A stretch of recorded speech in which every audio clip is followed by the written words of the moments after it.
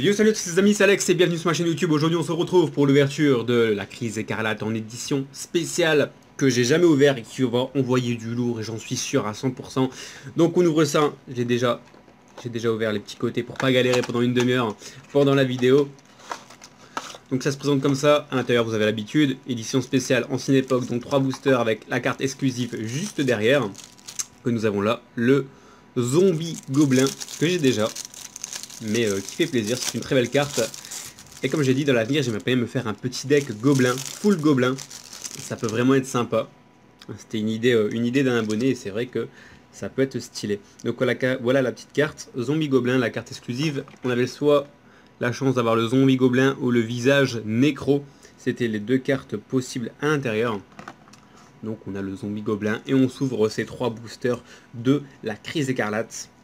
Donc à l'intérieur une série de 100 cartes, si je dis pas de bêtises, 48 cartes communes, 20 cartes rares, 14 cartes super rares et 10 cartes ultra rares. Donc oui, bien une centaine de cartes. Allez, premier booster, on s'ouvre ça.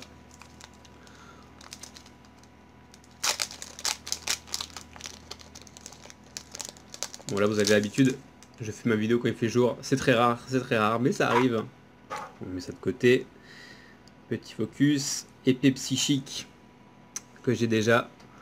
Planchon mortronique, contre d'assaut, parchemin des samouraïs, réglage psychique, une carte que je n'ai pas, donc ça fait plaisir. Donc la série c'est CRMS, vous avez l'habitude, c'est la série La Crise Écarlate. La moitié ou rien. Elle est sympa celle-là, celle-là je l'avais pas non plus. Aile noire, barreau de la lance, frondon mortronique, et la dernière, l'attaque tourbillonnante de rapace. Deuxième booster.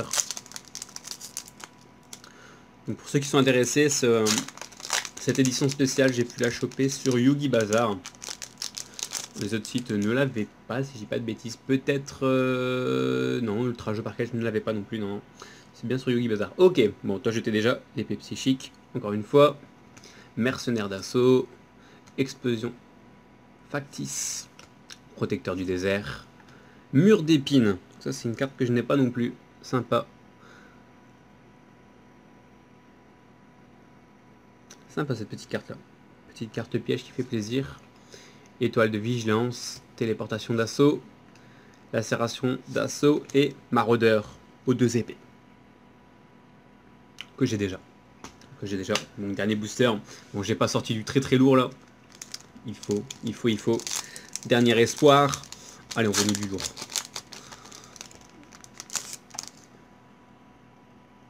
Hop là. Aile noire. Sirocco. Lobe. Mangeur de pièges. Ah, ça c'est une carte sympa. Ah, la tête qu'il a lui. Sympa cette carte. Que je n'ai pas. 5. Protecteur du désert. Derrière. Grenouille. Ça c'est sympa. Sympa. Dédicace à toi. Ah, oh. Robot hyper synchronique. Que je n'ai pas non plus. Donc ça fait plaisir cette carte là. Je la connaissais pas du tout cette carte. Ouais, sympa. Derrière. Archidémon du cauchemar. Sanctuaire verdoyant. Que j'avais déjà. Qui me fait beaucoup penser aux cartes Magic. Au niveau des cartes terrain. Illustration. La moitié ou rien. Et la dernière. Absorption super solaire. Donc voilà, c'est tout pour cette petite édition spéciale que vous pouvez retrouver à une quinzaine d'euros, un peu moins, un peu plus, je ne sais plus exactement. Donc voilà tout ce qu'on peut choper à l'intérieur de ces éditions spéciales qui va arriver sur mon mur là-haut ou là-haut, je ne sais pas, je vais essayer de trouver un petit peu de place.